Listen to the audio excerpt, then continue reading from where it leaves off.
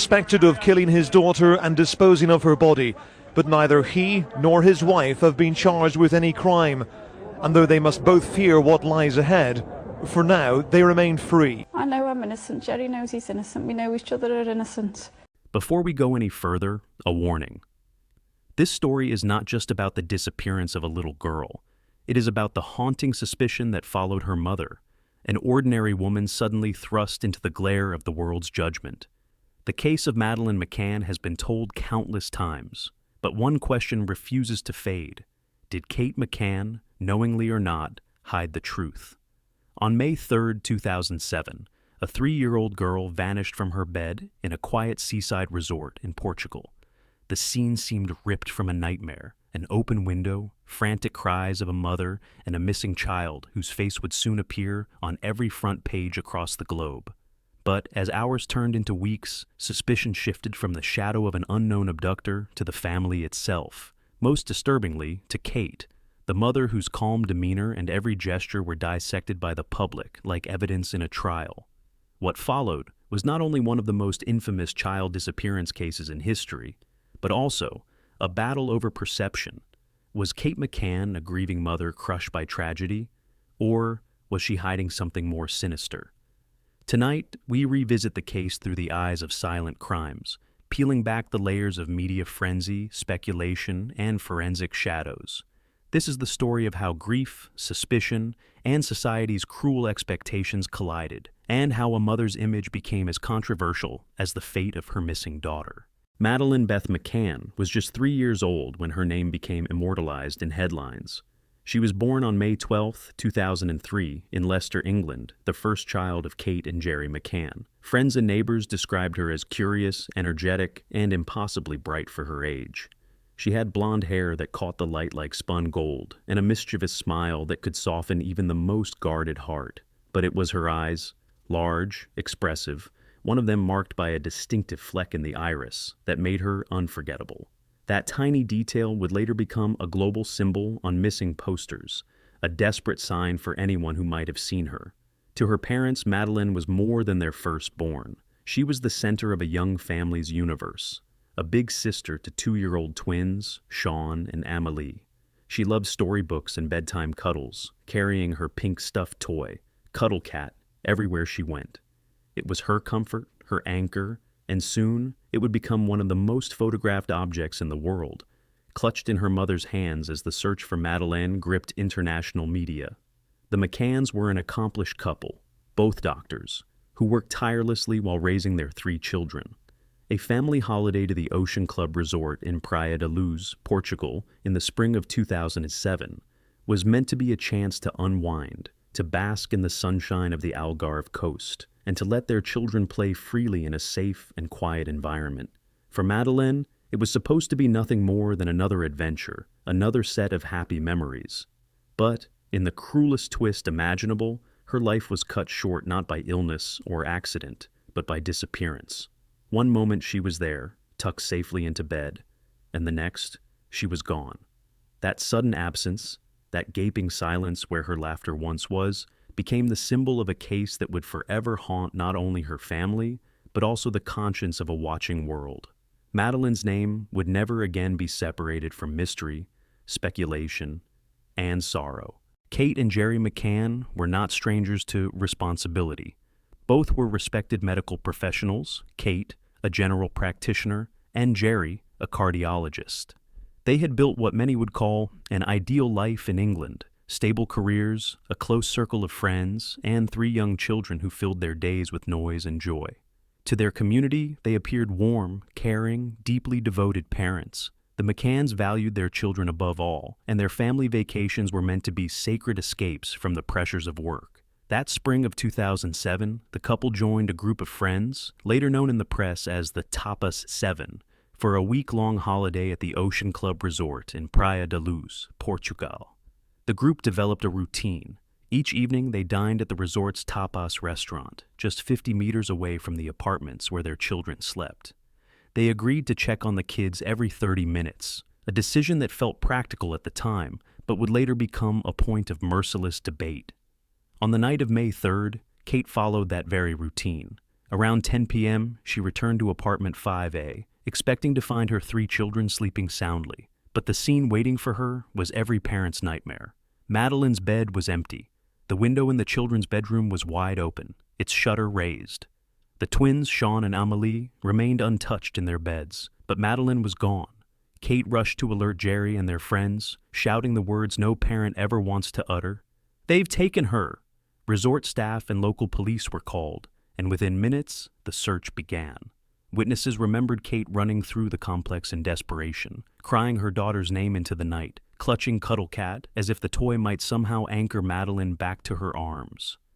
But the family's tragedy did not remain private for long. The disappearance exploded into global news within hours. What began as a search for a missing child transformed into a spectacle that would devour the McCann's privacy, turning their family into the focus of suspicion, judgment, and conspiracy. For Kate in particular, the ordeal would become a double sentence, not only losing her daughter, but also being scrutinized as if she were guilty of her own child's fate. The night of May 3, 2007 began like so many others at the Ocean Club Resort. The children were put to bed, the adults settled into their familiar pattern of dining and rotating checks. It was a system that felt safe, reasonable, even ordinary.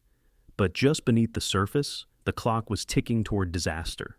Before, Kate and Gerry left Madeleine and the twins in apartment 5A, believing they were secure. The shutters were down, the doors locked, and the restaurant was only a short walk away. Their friends, parents themselves, followed the same routine. To them, it was a compromise between enjoying an evening and still being responsible. No one could have predicted that this very arrangement would later be held against them as if it were evidence of neglect. At around 10 p.m., Kate returned to the apartment. She stepped into the bedroom, expecting to see 3 small bodies breathing softly in the dark. But what she found shattered the world she knew. Madeleine's bed was empty. The window stood wide open, the shutter raised as if pried from the outside. The twins slept undisturbed, oblivious to the storm that had just broken. Kate's scream tore through the night, echoing across the resort. "They've taken her!" It was both a cry of shock and a declaration that set the narrative into motion. After, chaos descended. Resort staff and guests rushed to search the grounds, police were called, and neighbors joined the frantic hunt. Witnesses described Kate running through the complex, clutching Cuddle Cat, shouting her daughter's name into the darkness. But as hours turned into days, the trail grew cold. No forced entry was confirmed. No fingerprints, no signs of struggle, only Kate's own prints on the window she claimed had been tampered with. What began as an abduction case quickly twisted into something more sinister. Suspicion grew, not only about what happened inside that apartment, but about the parents themselves. In particular, Kate's demeanor drew merciless attention. To some, she seemed too calm, too composed. Why did she keep carrying Cuddle Cat, even after cadaver dogs later alerted to it? Why did she refuse to answer 48 questions during a police interrogation? Each decision, each gesture, became fodder for a storm of theories. The disappearance of a little girl had become more than a tragedy. It had transformed into one of the most controversial criminal mysteries of the 21st century. And at its center stood Kate McCann, not just as a grieving mother, but as the figure upon whom the world's suspicions converged. From the very first hours, the Portuguese police treated the case as a kidnapping. But as the search dragged on with no ransom demand, no intruder identified, and no physical trace of Madeleine, the spotlight began to shift. It turned inward, toward the parents, and most sharply, toward Kate. The most damning moment came in September 2007, when both Kate and Gerry McCann were officially declared arguidos, formal suspects, by the Portuguese authorities. For Kate, the interrogation that followed would become the cornerstone of public suspicion. She refused to answer 48 questions, a silence that critics seized upon as proof of concealment.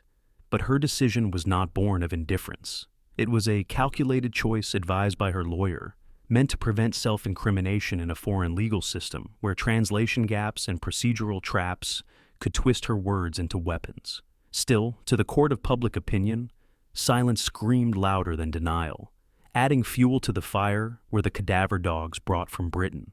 In August 2007, they alerted inside apartment 5A, behind a sofa, on the curtains, even on Kate's own clothes. They signaled on Madeleine's stuffed toy, cuddle cat, and later in the trunk of a rental car the McCanns had hired weeks after the disappearance.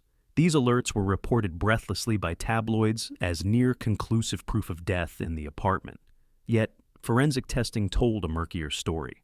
The samples collected were inconclusive, with no DNA definitively linked to Madeleine. Experts reminded investigators that cadaver dogs, while powerful tools, were not infallible. But in the media's narrative, doubt rarely sold as well as certainty. Meanwhile, the McCanns launched Madeleine's fund, raising millions to continue the search through private investigators and global awareness campaigns. To supporters, this was the act of desperate parents fighting for their child. To critics, it looked polished, strategic, too much like a public relations campaign. Their decision to employ Clarence Mitchell, a government-connected PR advisor, only sharpened suspicion. By July 2008, the Portuguese authorities lifted the Arguido status, citing lack of evidence. British Operation Grange and later German investigations shifted focus to an external suspect, a known criminal with a history of child abuse who lived in the Algarve at the time. Still, the cloud of suspicion over Kate lingered. The theories, once birthed, were too powerful to vanish with a legal statement. In the cold corridors of law, Kate McCann was cleared, but in the hotter, more unforgiving trial of public opinion, she remained guilty in the eyes of many. Not of a crime proven, but of behaviors misunderstood, magnified, and judged against impossible standards of grief. If the investigation cast a shadow, the public turned it into a storm. From the first press conference, Kate McCann was no longer simply a mother searching for her child. She was a figure to be dissected, debated, and judged by millions who had never met her. British tabloids led the charge, swinging wildly between sympathy and accusation. One day Kate was portrayed as the saintly mother holding on to hope, clutching Cuddle Cat in her hands. The next, she was cast as cold, distant, perhaps complicit. Her polished appearance and calm composure became lightning rods for suspicion. Why wasn't she sobbing on camera? Why didn't she break down in public? To many, her restraint was evidence of guilt, but psychologists offered another explanation. People process grief differently. Some collapse under its weight, others become composed, holding themselves together for the sake of survival.